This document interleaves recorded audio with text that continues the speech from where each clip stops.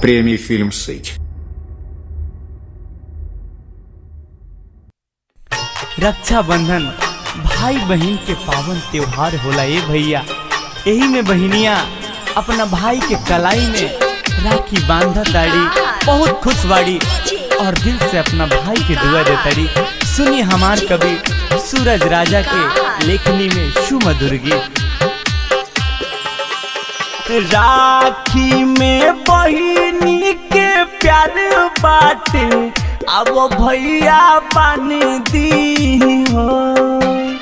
राखी में बहिनी के प्यार बाटे, अब भैया बान दी हो। लागे नहीं टोना मोरे सोना भैया, आरती उतार दी हो। लागे नहीं टोना मोरे सोना भैया, आरती उतार दी हो।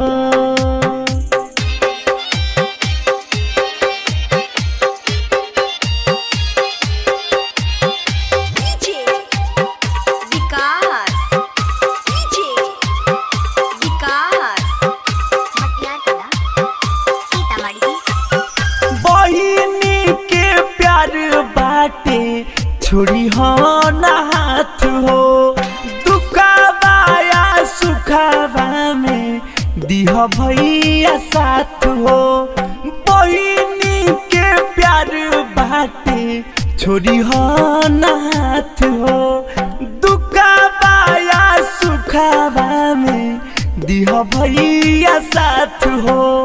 हर एक जन्म करी बिनती भैया, ऐसने हमार दी हो।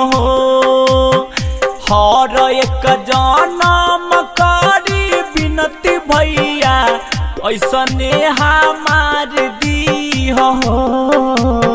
लागे नहीं टोना मोरे सोना भैया, आरती उतार दी हो।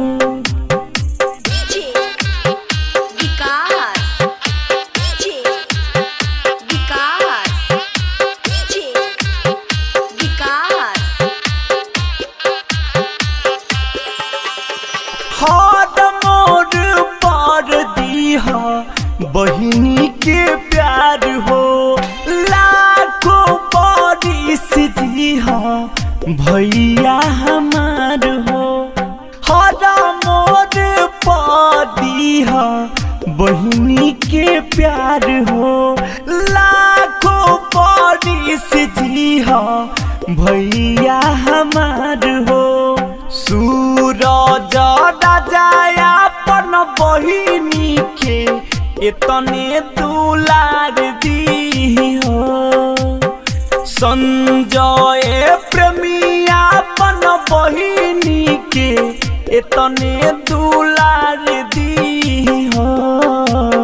लागे नहीं टोना मोरे सोना भैया, आरती उतार दी। प्रेमी digital recording studio Sheohar. Contact 9304977188।